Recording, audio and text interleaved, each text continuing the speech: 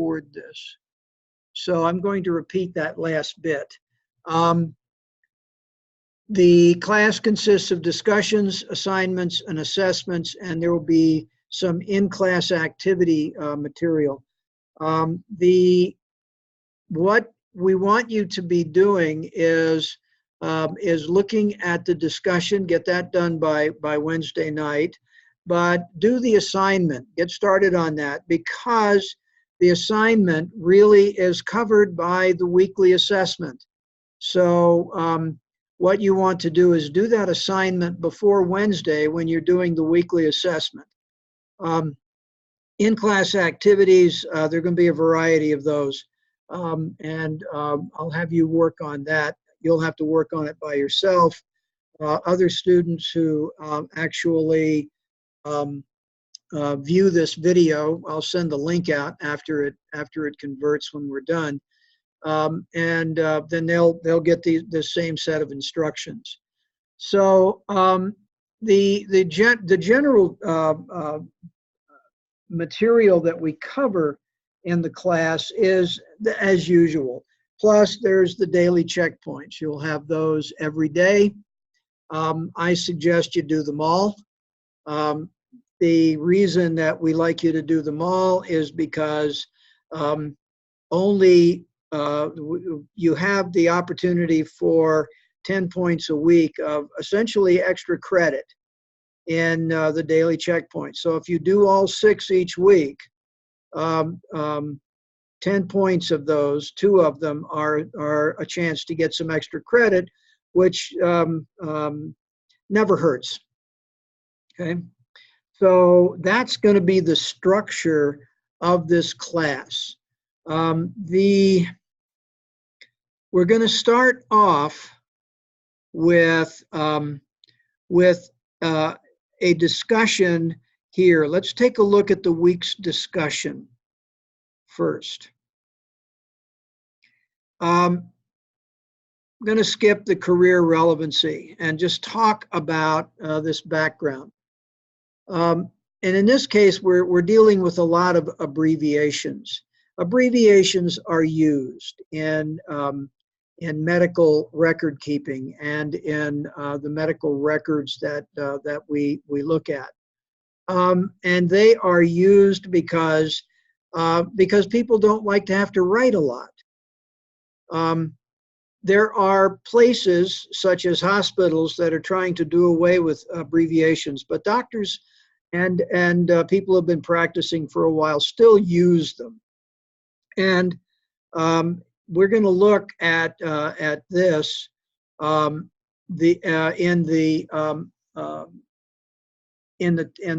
case of this particular case study of a guy who's been given the name Jonathan Teal, who you'll see in the record a number of abbreviations, and some of them are listed right here in the discussion. But we do need also to understand terminology. Terminology extends to medical conditions, extends to anatomy, physiology. As you go through your program and you're studying pharmacy, you have to learn the names of drugs, and some of those names can look pretty daunting until you learn how to take them apart. Abbreviations are used, but we want you to understand what those are. We have a number of them listed here, and that you will see in Jonathan's case study. We're going to, you got a couple of videos here, common medical abbreviations. I suggest that you, when we get done here tonight, that you go ahead and look at those, because there's a lot of information there. And if we have time, we'll go through them, possibly go through 1 or 2 of them. But abbreviations like these are actually my detail-oriented Latin, NPO should be nothing per aura or per mouth, not oral. But that's people do get that wrong, but that's all right. You'll see this one, NKDA, no known drug allergies, on a regular basis, and people will bring themselves into the ED, the emergency department. Then we have others. You've probably heard the term GERD. It seems to be a very popular disease these days. Here's one, HEINT, head, eyes, ears, nose, and throat. So that's part of the examination when a doctor or a practitioner actually does a medical examination. They'll be looking at and examining the look and feel of the head area, because a lot of things will show. Eyes are especially not just, we hear that eyes are a window to the soul, but they can also be a window to your disease. If you've ever seen someone who's sick, you know that their eyes get dull. So there's a lot to that too. White blood count, blood urea nitrogen, all of these things, you can see that writing them out is a pain. So when a person is taking notes, either these days, many of the physicians and the medical assistants will take their notes on a tablet or a laptop. Excuse me.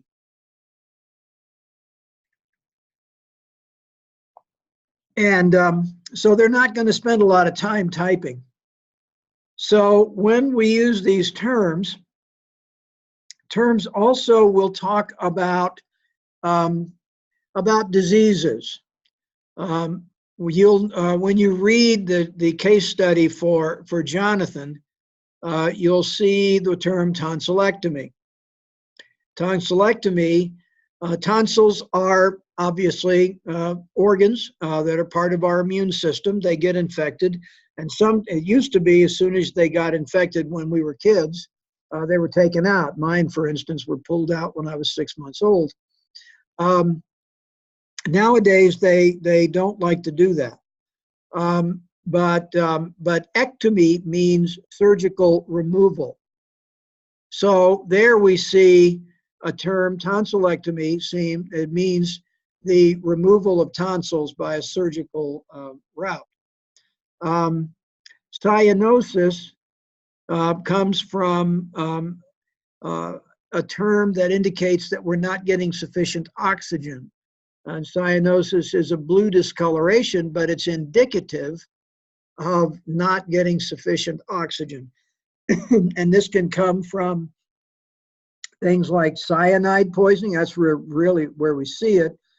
People who are suffering from cyanide poisoning, which is, it doesn't take a whole lot, 50 parts per million will kill you. Actually, they turn blue because cyanide changes the color of hemoglobin from red to blue. But cyanosis in general is a blue discoloration. Sometimes that's the skin. And a lot of it has to do with extensive bruising sometimes, but also extensive lack of oxygen. This can be an indication of lung problems, for instance, or toxicity. But it isn't necessarily but generally it's associated with lack of oxygen. We have to be able to recognize these terms and use them. So we're gonna look at that. In keeping our records, our medical records for our patients, we use a system that is called a SOAP note. SOAP is an abbreviation, SOAP, for subjective, i.e. what the patient is telling you and what the patient feels. Objective, what you can measure, not ever what the patient says, but what you can actually measure, blood pressure, temperature. I assume you've had vital signs at this point, Med 106? Actually, no, I have not. Okay. Okay. All right. Well, I have no idea. I haven't looked at your transcript, so I have no idea what classes you've taken. So No problem. but with the objective, that's what you're measuring. When you go in as a medical assistant, you're going to listen to the patient first, and the patient's going to tell you why they're there and what they're feeling. You know, if a patient comes in and says, I've been running a temperature of 101, well, that's what the patient says. And you're going to measure that to actually put that into the objective part. So what the patient tells you, I'm running a temperature of 101. Patient says running temp 101. Okay. Or the patient may say, I've been having chills, and it might be 100 degrees outside. That would be an indicator of a fever. But again, you just write down what the patient says and go from there. You take a patient history. Again, what diseases, what drugs they're on, etc. That patient history is something that you'll look at. That all goes into the subjective portion. The objective, as I say, is what you can measure. So you're going to measure blood pressure. You're going to measure the temperature. You're going to do whatever else seems appropriate. If the patient says that they're having earaches, you may actually you'll note that, but you won't be using an otoscope. That's what the practitioner will do. But you'll so the objective part is what you can actually measure or see. You may look at the patient and see that they have, a severe bruise or possibly a bad gash on their arm. So you'd note that as an objective observation on your part. A is assessment. Now, usually you, as the assistant, will only do the SO part. The physician or practitioner, NP or PA or whoever, will come in and do the assessment. In the assessment, what they do is they gather all of the information that you have gotten, and they come up with preliminary diagnoses. And sometimes the preliminary diagnoses are pretty much the last one. In the case of someone who has a bleeding gash on their arm, that's pretty easy to have as a diagnosis, right? But they will write that assessment down, and the P part is a plan of action. So that's plan. So we have subjective, objective, assessment, plan. And the plan is what's going to happen next. It will include any recommended tests, recommended prescriptions, recommended treatments. In the case of a bad gash, yeah, we're going to put some stitches in that. And follow-up, next visits and so forth. So those things go into the plan. And that goes into the patient record. Now, you remember, the patient's medical chart is a legal document. So we make this as accurate and as complete as we can, without, of course, turning it into a novel. So we want to be careful that we get all of the essential information. And I can tell you from working with doctors over the years myself, they just want the information. They don't want a lot of extra stuff. Years ago, our daughter had to be seen by a pediatric neurosurgeon, and he was a kind of a guy who had about the personality of a dish rag with the parents, but he came alive with kids. And so we didn't care if he thought we were a bunch of goofballs as long as he took care of our kids. But he made it clear from day one that he didn't want any conversation. He wanted facts. And so I would go in, and he didn't want to talk to my wife because all women were hysterical. So I would go in and I would just, the facts, 1, 2, 3, 4, 5. We got along great. And he did a marvelous job for our baby. So, who's now 31 years old. But it was really something that you get used to. And you have to assume that your primary, the practitioner you're working with, only wants the information that they need to have. But you can also put in your own observations, if you think the patient is hiding something. And they might be hiding something. Classic case of hiding is battered women. They will go in and they will hide the fact that their partner has physically abused them and deny it. You are perfectly right to observe that that this person seems reticent to discuss the origin of the bruising or the broken bones or whatever else is going on. Because you don't want to make an assumption. She might have just fallen down the stairs. That happens. Happened to one of our students here last week. Her mother fell down the stairs and busted up her face. So that wasn't an abuse. That was a trip, right? So what you want to do, but if they really are not willing to talk to you about it, and on the other end of the spectrum, men won't talk about their sexual performance problems with a woman sometimes. So again, if you get a lot of hemming and hawing, it's useful to note that there is something that they really didn't seem to want to talk to you about. And that's part of your objective observation. And you can talk to your people in the office. Would they rather see that written in the notes, or would they rather have that an offline conversation? Goes both ways. But the fact is, you're there to really help the practitioner deliver the best possible care to the patient. So that you can watch the video. It says basically what I just said. It's only 6 minutes.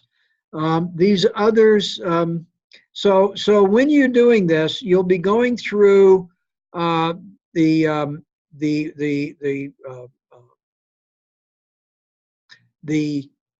case study. You can download it by clicking here. And what it will do is it'll be several pages of the patient history, the current health issue, patient history, and other information that's there.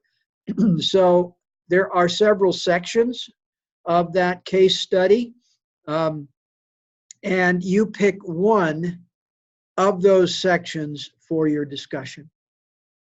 Okay, and then for the replies to your classmates, and there are 2 other people in class with you, for the replies to your classmates, the responses, look at what they've done and learn about the language that's being used here and the abbreviations. And I will note that Karen's already posted her first posting, so you can read that as well if you haven't already. So that's the discussion. So let's back up and go to the assignment. In the assignment, okay, good. So this is, you have to download the assignment. It's in Word. The first several pages are fill in information about the term. So what is going to happen? I can show you what those look like. I think you can probably see this. It's kind of hard to see because it didn't print well, but you're going to have a piece of a word. It starts off with prefixes, and it will go on to to other words, other parts as well, suffixes and roots. And then after that, there is a 25-question quiz to fill out. So that's the assignment for this week that you'll be working on. Any questions? No, I was actually looking at the assignment before I got connected onto Zoom, so I think we're good to go there. All right, excellent. So we'll take it on from there. And again, at the end, you're going to be having your this will include the quiz. So here we'll go with that. So let's back up again. Then you'll have the assessment, and then each week Karen is placed in an in-class activity. Okay. And you'll see the grading rubric she's going to use for these activities. And where do we find this? So let's go back to modules and go down to course media.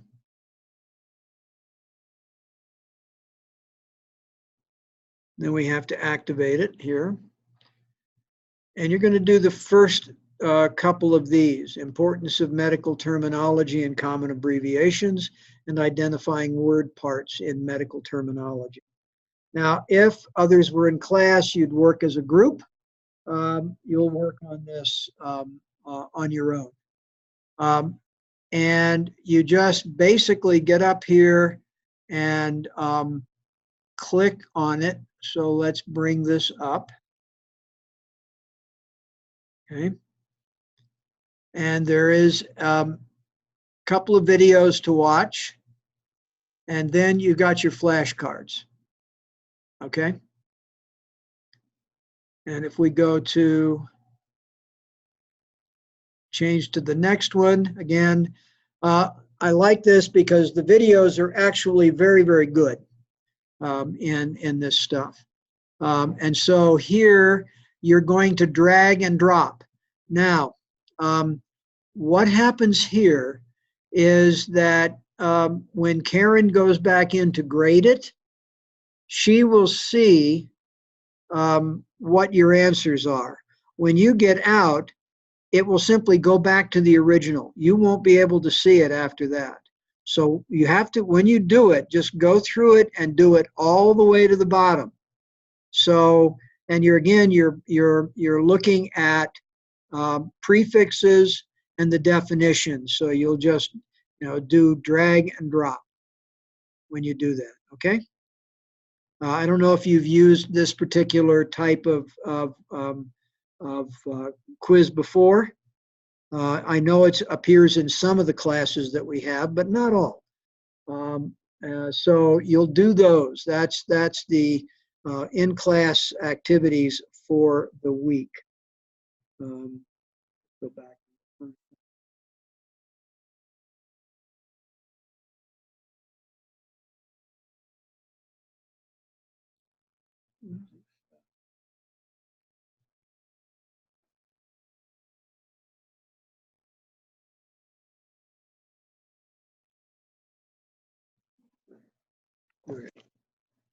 So just trying to catch up on check and make sure that I haven't missed anything here. Okay. So what we wanted to do was have you guys work together. So each of you will have to do this separately at this point. Then want you to get started on your week 1 assignment, the week 1 homework. Is this all making perfect sense? Yes, sir. Great. Great. So let's go back again. Let's see. I'm presuming Karen's going to be monitoring her email. So if you have questions related to things not working, You can email either one of us. Okay. You might want to email her. If you email me, I'm not officially on campus this mod. I'm only subbing for Karen this week. I just have an online student that I'm teaching this mod. So I'm not generally here. I will be watching my email though. Okay, perfect. Okay. So let's now talk about, see if I can, I think this is what I want. Yeah, here we go. So I'm just going to take you through this. And this is the sort of an introduction to, you can see this thing called word parts, I assume? Yes. Okay. So let's just run through this for a bit. The word, generally speaking, there are three parts to words in medical terminology. There is a root, which is the basic meaning of the term. It can generally, but as everything in the world, not always, indicate the involved body part. We saw tonsillectomy. Well, the root word there was tonsil. That's a body part. Ectomy is a treatment, a procedure. Suffixes usually are procedures, conditions, disorders, diseases. Suffixes always come at the end of the word. Again, as in anything else in language, usually but not always, there will be exceptions. Those are going to be not very common. And prefixes are always at the beginning. And it usually could indicate something about the status, hypertension, tension meaning pressure, generally referring to blood pressure. Hypertension, hyper is a status, it means high. So high pressure is how you would translate hypertension. By the way, it's also abbreviated HTN. Okay. And again, it comes at the beginning of the word. You will never see tension hyper, for instance. Okay. The root word is basically the foundation of this. I mean, it tells us, as I say, the body system. It tells us, to some extent, a condition. It can be, especially in something like hypertension, we have a prefix and a second syllable. So we don't have three parts in every term. But some root words will indicate color. We talked about cyan, cyano, cyanosis earlier. Urethra is a color. Erythra rather. And it comes out of the red blood cell, the erythrocyte, red blood cell. The erythro is red. Leuc or leuco, white. Again, we have leukocytes. Did you have Med 104 or LBT 205? Yes. Yes. Okay, so you remember leukocytes are white cells, Mhm. right? Erythrocytes are red blood cells. We have melanocytes, black, melanin, black color, and poli, which is gray. I mean, there are others as well. But these are the main colors that we use. The root cannot stand alone. Cyano has no meaning without something else. Cyano what? Cyanosis or cyan. Cyan, the only meaning that cyan has by itself is one of your printer colors, right?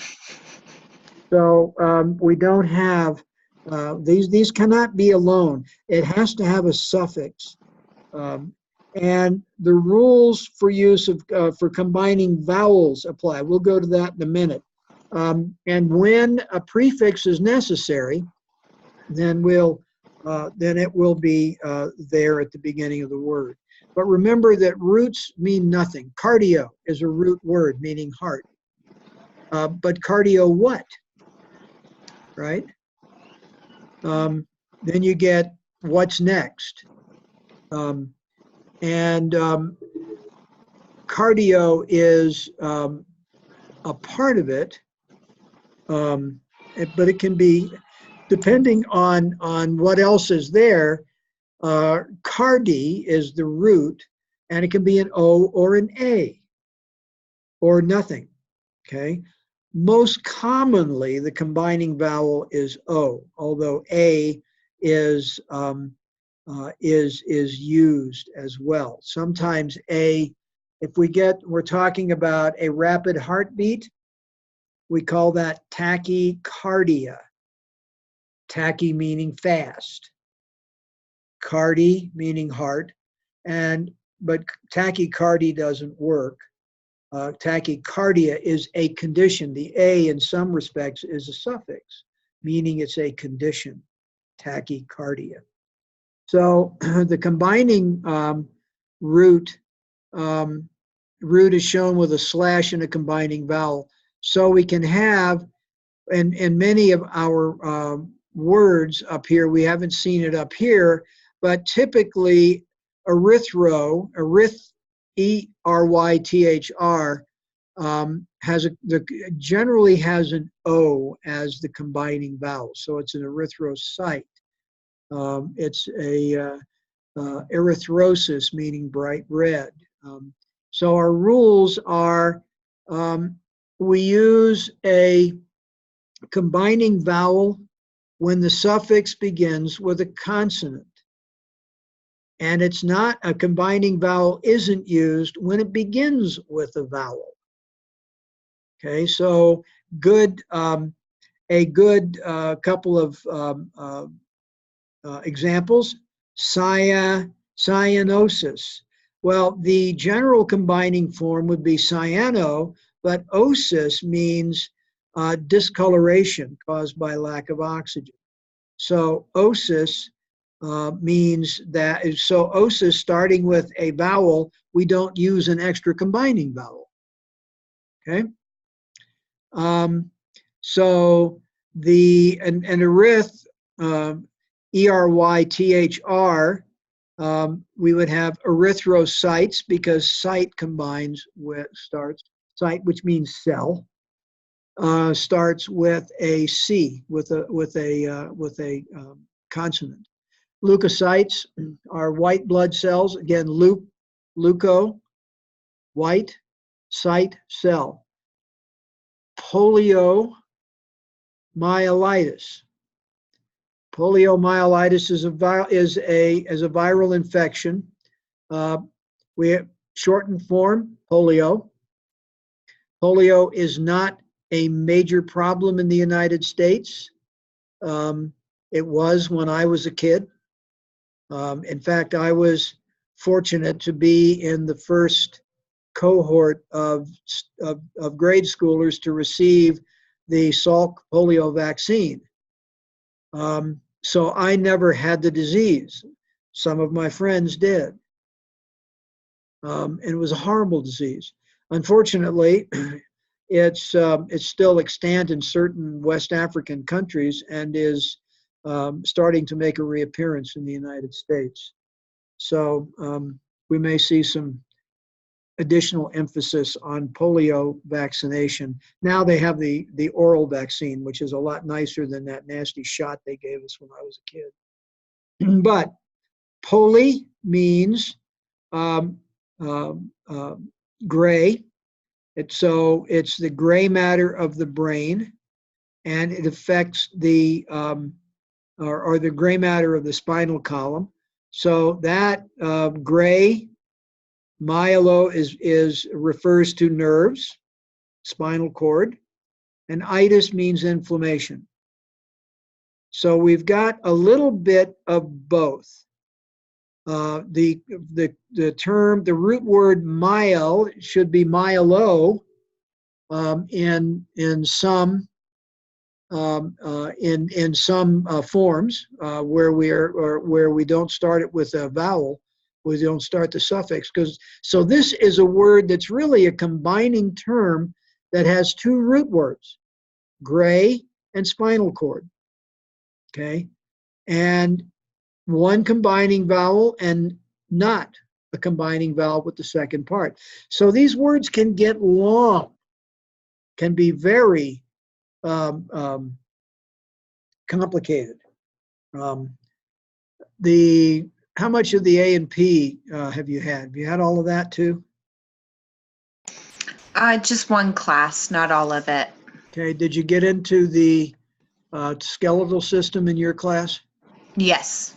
Do you remember the sternocleidomastoid?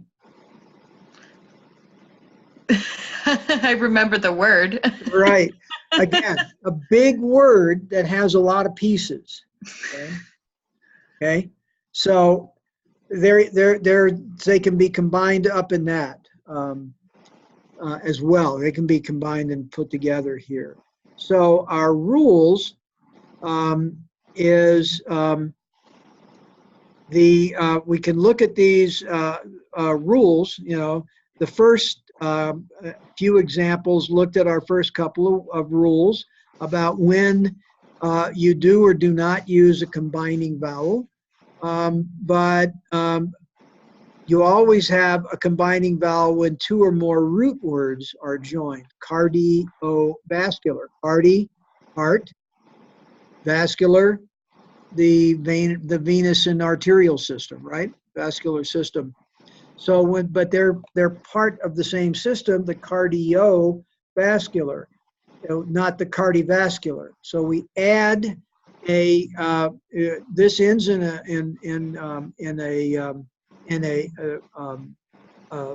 vowel itself, but we add another one to it. Okay. Prima gravida.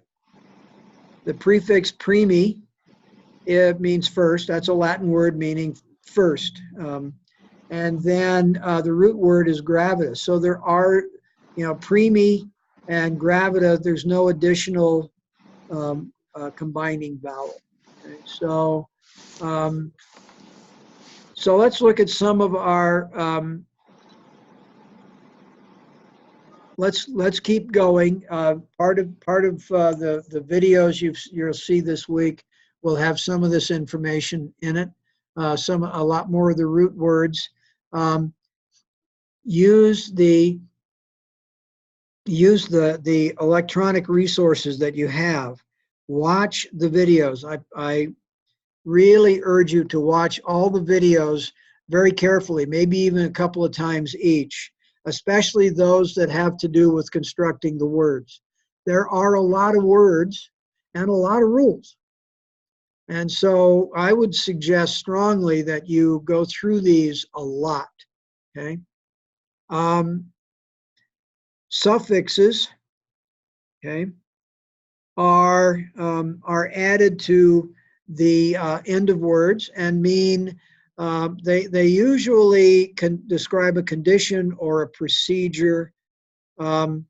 Itis, I-T-I-S, as in arthritis, means inflammation. Arth is joint, or arthro. Arthritis is inflamed joints. Tonsillitis is an inflammation of the tonsils. Those are both. Itis is generally a disorder. The ectomy is a surgical removal. Appendectomy, the appendix, appendectomy, removal of your appendix. Cholecystectomy, the removal of your gallbladder. Okay. And there's a good word too, cholecyst. Okay. Chola refers to fats and oils. And like bile. Cyst refers to a bladder. Ectomy, removal. So gallbladder surgery is a cholecystectomy. Nobody says that, but that is the official term.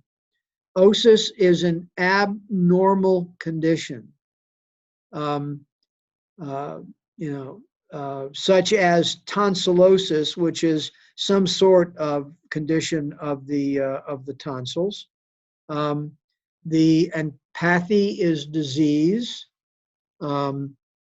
The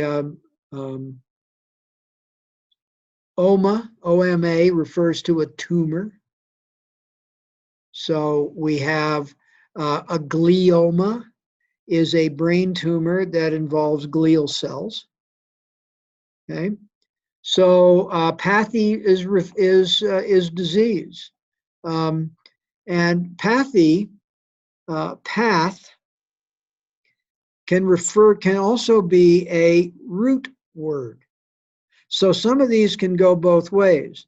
Pathology, the study of disease, that's how that is designed. Ology is another suffix meaning the study of. Biology, physiology, pharmacology, all of these are studies, the science of. So some of those also have that. So some suffixes are added to mean pertaining to, meaning things like cardiac, referring to the heart, renal, referring to the kidneys. So these are terms that we use. Neural, referring to nerves, and so forth. We have ac, al, ill, ick. All of these things, you'll get used to that. Again, we can have a number of these things. Other suffixes can change the root word into a noun. Cranium, that portion of the skull that encloses the brain, right? What?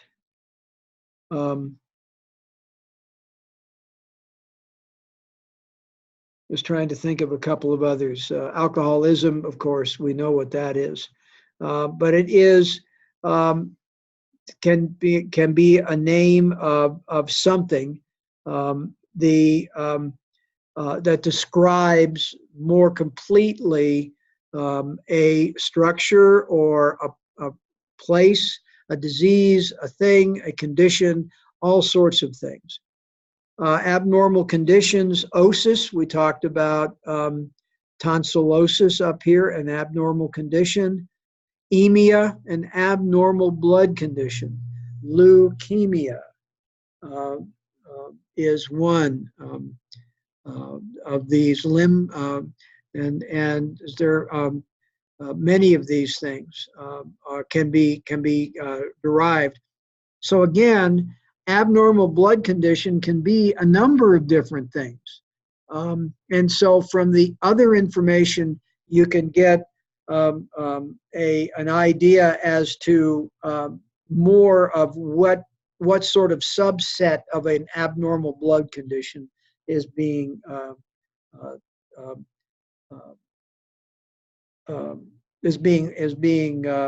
described. Karen has some other handouts for you that I don't have.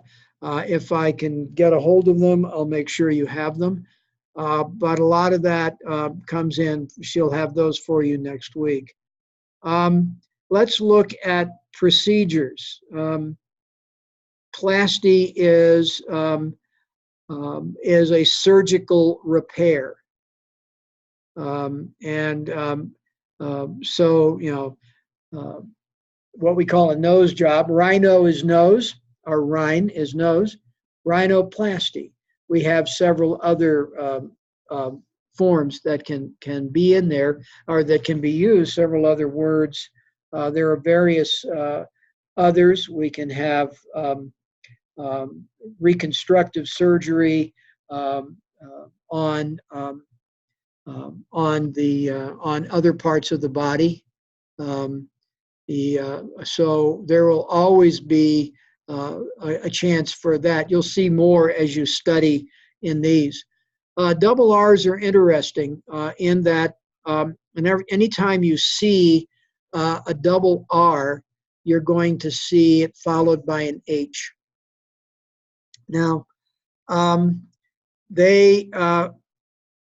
taking a look at this, we've got hemorrhage. Hemo or heme is blood. Since rage, R-R-A-G-E, meaning bursting forth, starts with a consonant. We have a combining vowel, an O. So hemorrhage is very heavy bleeding. There is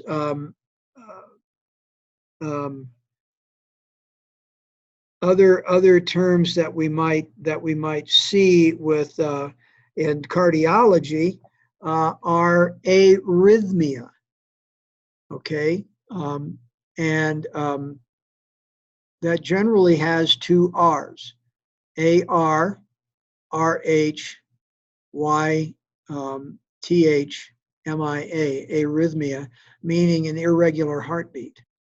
Okay, rhythm, A meaning not, A or R meaning not. So an arrhythmia is a heartbeat that is not regular. Okay. Sutures are raphe, so we can dermaraphe by stitching skin together. Myoraphe is muscular. When surgery is done, the muscles are stitched together and the skin is stitched together over the muscles. So we have all of these different, one that you're probably familiar with is diarrhea. Rhea means abnormal flow. So we have, when women have very irregular periods, it's dysmenorrhea. Dys meaning irregular. Menses blood flow. Menorrhea is menses blood flow. So we have these abnormal flows in out of parts of the body. Prefixes. If we look at prefixes, we look at a beginning term. They can be a lot of different things, but a lot of times we will see like a term pericardial membrane. Cardial meaning heart, of the heart, put the L there, and it means of the heart.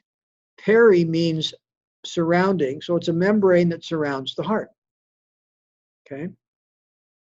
So post, obviously after, pre is before, and there are a number of others that you'll see.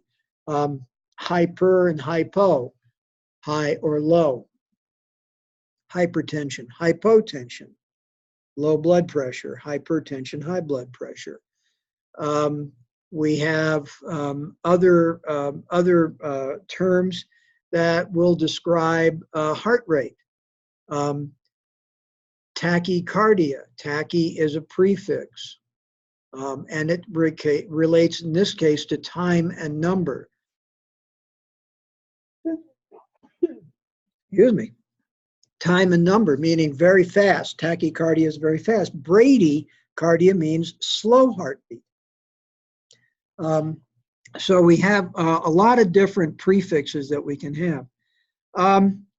To determine these words, we have to play with how do we take them apart and put them together. You're going to look at the component pieces and take it apart. You always start at the end of the word and move back. A good example here is otorhinolaryngology. Big word, right? And even though I'm Irish, it doesn't just roll off my tongue very easily. But it is a word that once you learn how to speak this language, becomes very easy. But we start at the end. Remember, ology means the study of. Okay? Larynge, or the larynx, okay, is the throat. Rhino is nose, and oto is the ear. So we have an otorhinolaryngology is studying, and this is misspelled, it should be NG. Is the study of eye, ear, nose, and throats. A specialist, and again, here's a combining term that is a medically used term, which is also standard English. Specialist is a person who specializes, right?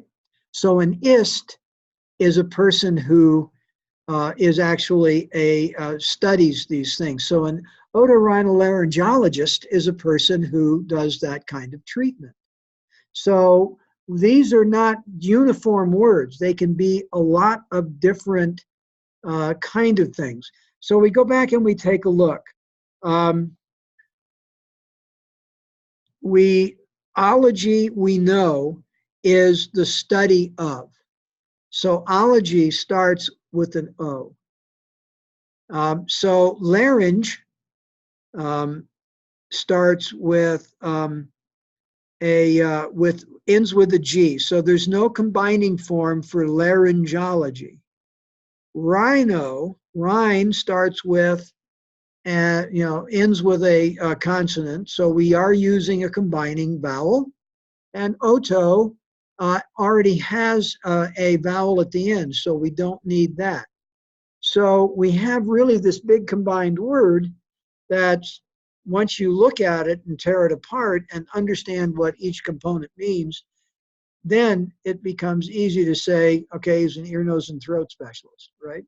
Or we study ear, nose, and throat diseases. Or we can go with the longer medical term. Myocardial infarction, something that unfortunately you, as working as an MA, you will see too many of these.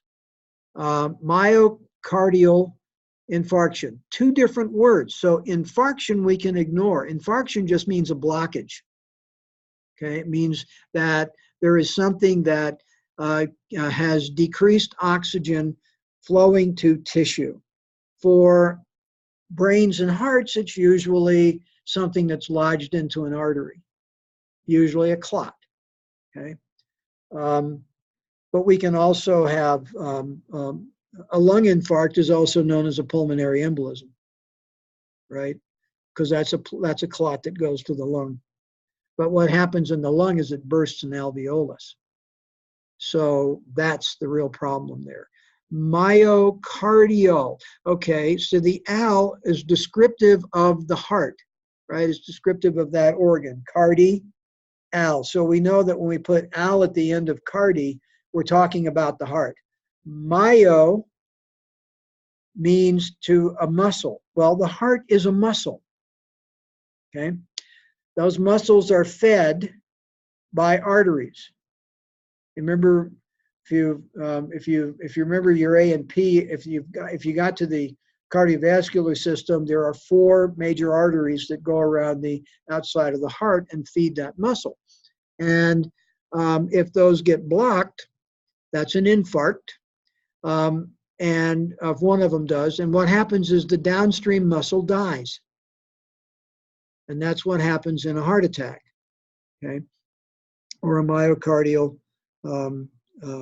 infarction. Now, sometimes you may have to guess at a meeting. And sometimes,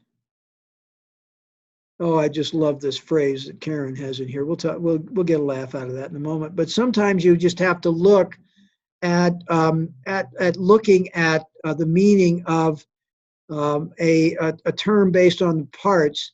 Double check it, because some terms have a lot more than just one meaning. So we've got 3 terms here: optodissectorectomy, or cranioanelectomy, or cephaloanalectomy, all means surgical procedure to remove one's head from one's rectum. We used to I'll have to keep that one in mind because that's an interesting, obviously, this is a made-up word, and part of Karen's sense of humor, which I love. But spelling is critical, okay?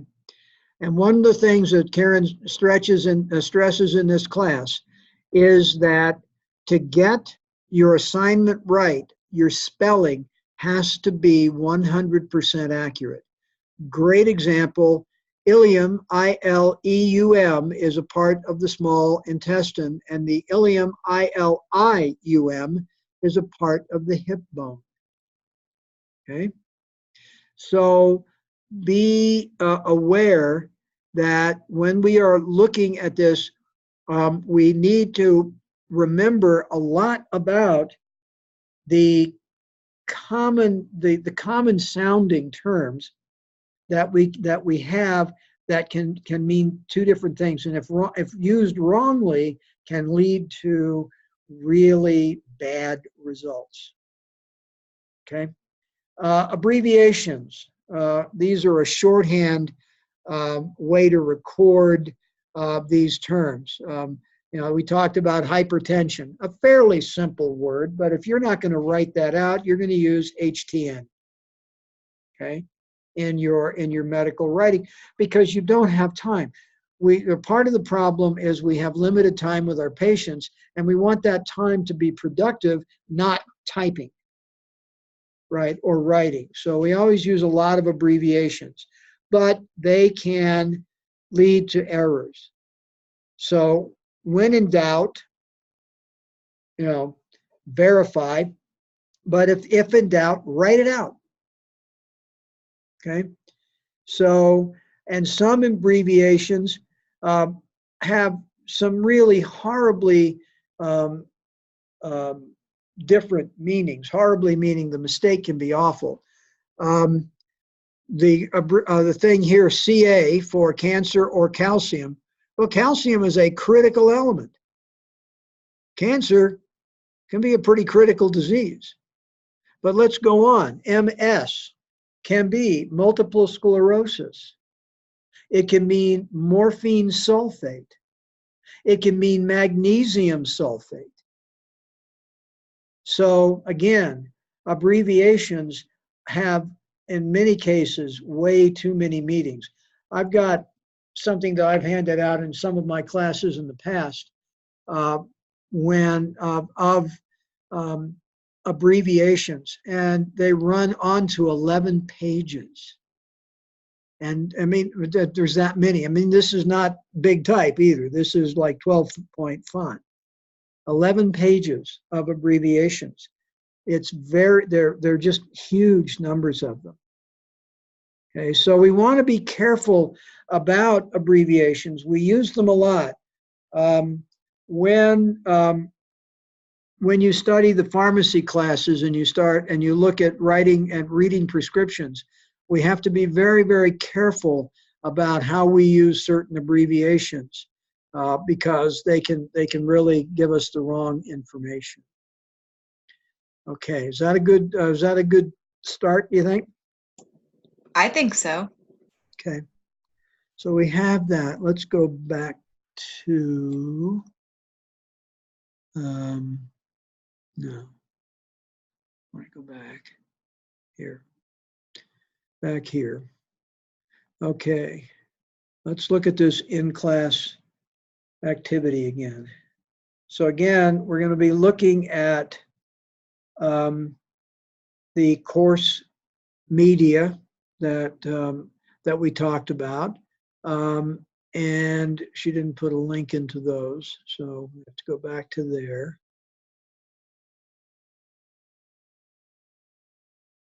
Okay.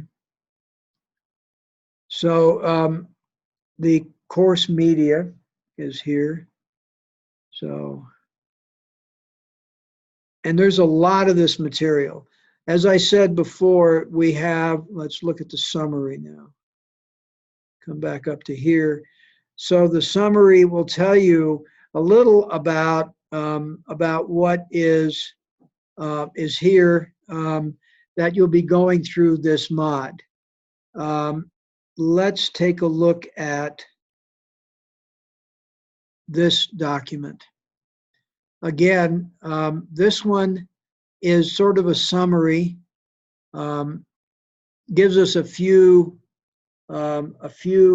examples of root words that we didn't cover before, like dent, referring to tooth. Remember, ist is something that's is someone specializing. So this is a dentist, is someone who specializes in working with teeth. That's pretty obvious. Orthodontist, dont, also refers to tooth. Ortho means changing. Okay, so that's a specialist who works with really moving teeth around and straightening things out.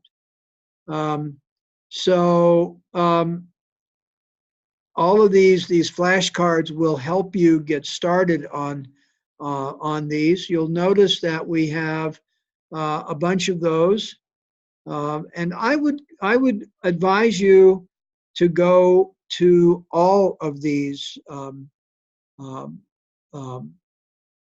different assignments here and read and listen to all of these. Listen to all these videos. Let's take a look at this glossary. Okay, so we have a glossary online available to you, and we can take it here and look at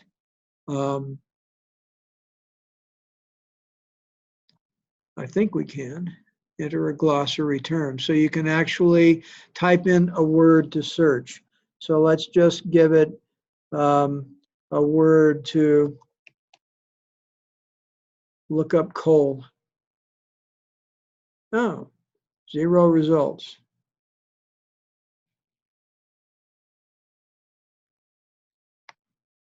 So it doesn't like the roots.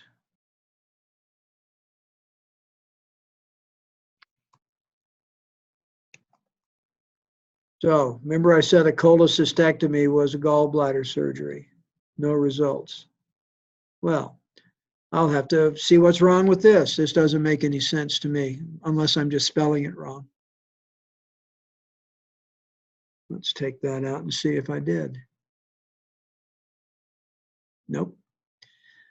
All right, well, let's axe that for now. I'll have to look at that one and see what's going on with it, because it doesn't make any sense that the glossary isn't any better than that. Or maybe that gets constructed somehow later. So we have those videos. You'll be going through all of these during the course of this class, because it really is medical terminology, law, and ethics. So there's a big issue with of course, ethical behavior in medicine. Not that there is an issue with people not being ethical, but we have some very strict ethical rules that we have to follow. So that'll be at the probably in the last week of the class. So some of these videos, I don't know how long these are, but they're worth watching. I watched parts of some of them, and I like the way they were laid out. So we have here, we went through this, and we're back at the summary now. And you can look at at any of these. You'll note that I have gotten into each of these, so it's checked it off as though I've looked at it. Clearly, we have not done so. All right. I'm not sure what that link is. All right. So let's go to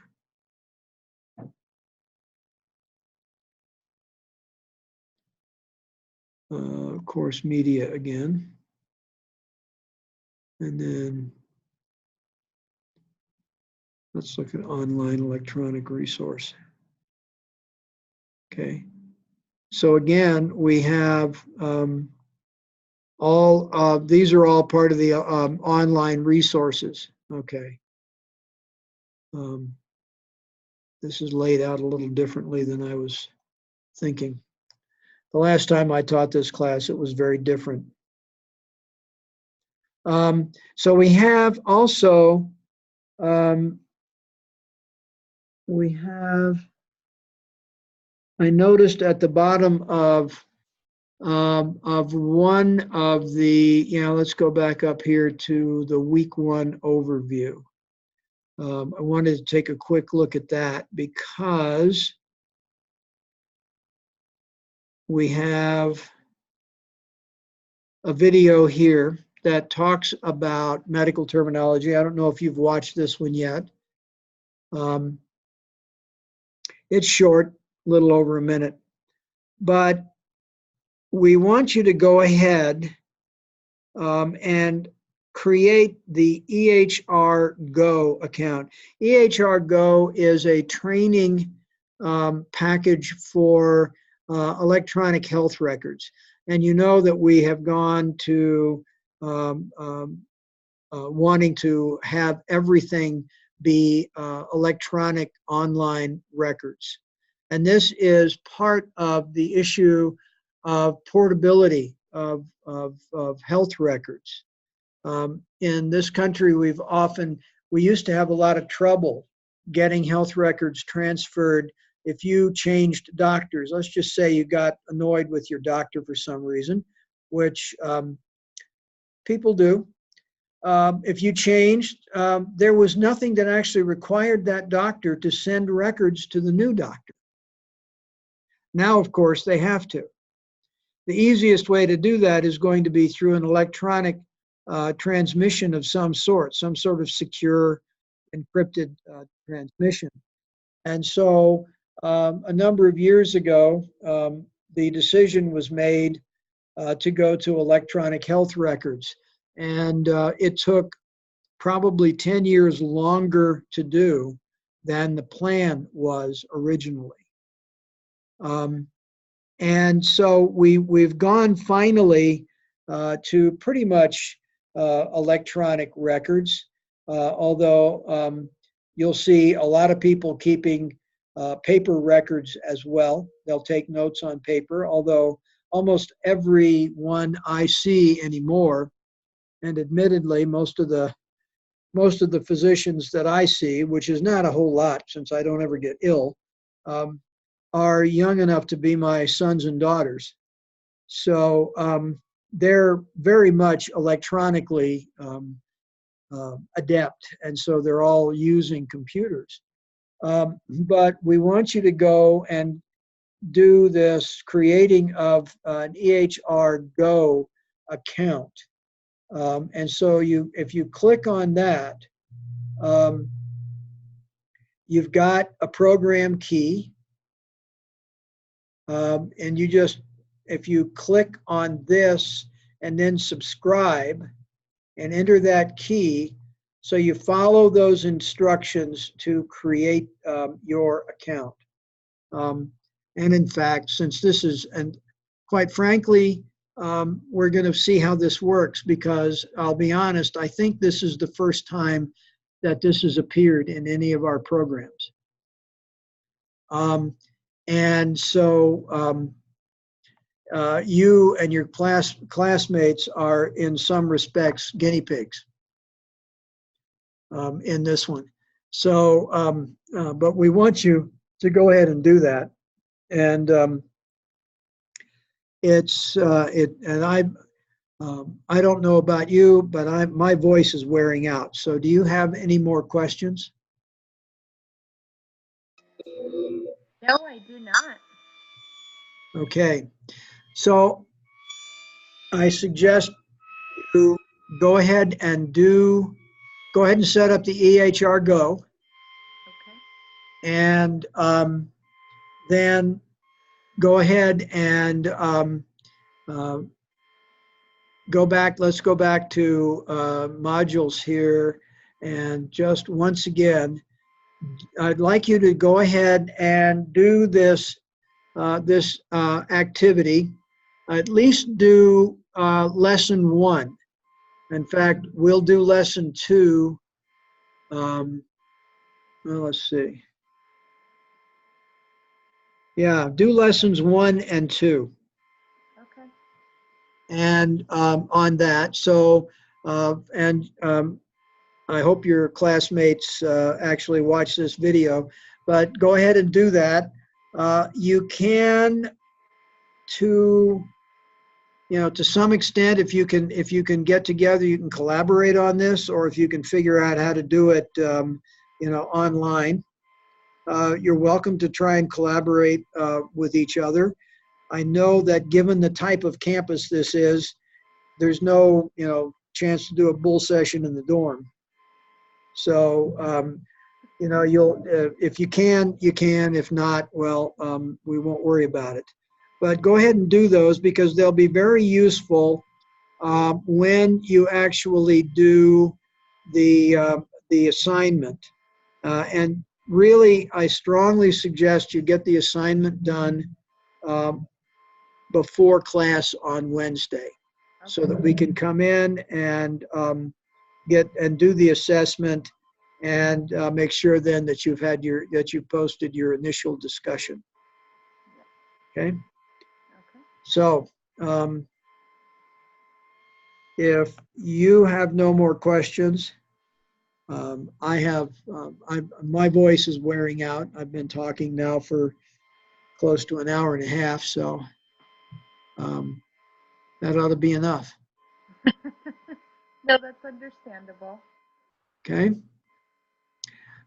Do you think you can make it to campus on Wednesday, or is that still up in the air with transportation? That is still up in the air. I did read your email regarding a new computer. Not sure if you can hear that noise, but my computer sounds about to die. Right. So I might need to make some arrangements to get up there anyway. So. Yeah, well, Cody's usually here from mid-morning until late in the evening, a couple of days a week. So what you may want to do is just email him and tell him, if you can get in during the day, let him know about when you're going to come in, and he'll be ready for you. Or if he can't be there, he'll let you know. Okay, perfect. He's real responsive, so don't worry about that. Okay, I will talk to Cody and get that arranged. But there's no other way we can get it to you unless you come in. Right. And if yours is about to die, yep. Yeah, it's making like a high-pitched squeal sound. So. I'm hearing that. Yeah, I'm not sure I wonder if it's overheating, but I have it propped up, so I don't understand. Well, yeah. Is it feeling real hot? Not too bad. It's just the bottom of it feels like something's spinning super fast. So. Yeah. That makes me worry about the hard drive. Mm-hmm. You may want to make sure you have all your files backed up. Okay, I can do that. Yeah, you don't want to have to recreate everything. So at least get your files backed up. Cody will give you a computer that has all the software on it you need. Okay, perfect. But get all your files backed up before, it sounds like that hard drive might be trying to struggle. Okay. Well, I will be sure to email him as well and try to get in there as soon as I can. Okay. Yeah. All right. All right. In that case, I hope to see you Wednesday. I will go ahead and set up a Zoom. Okay. Just in case. And we just won't use it if you're here.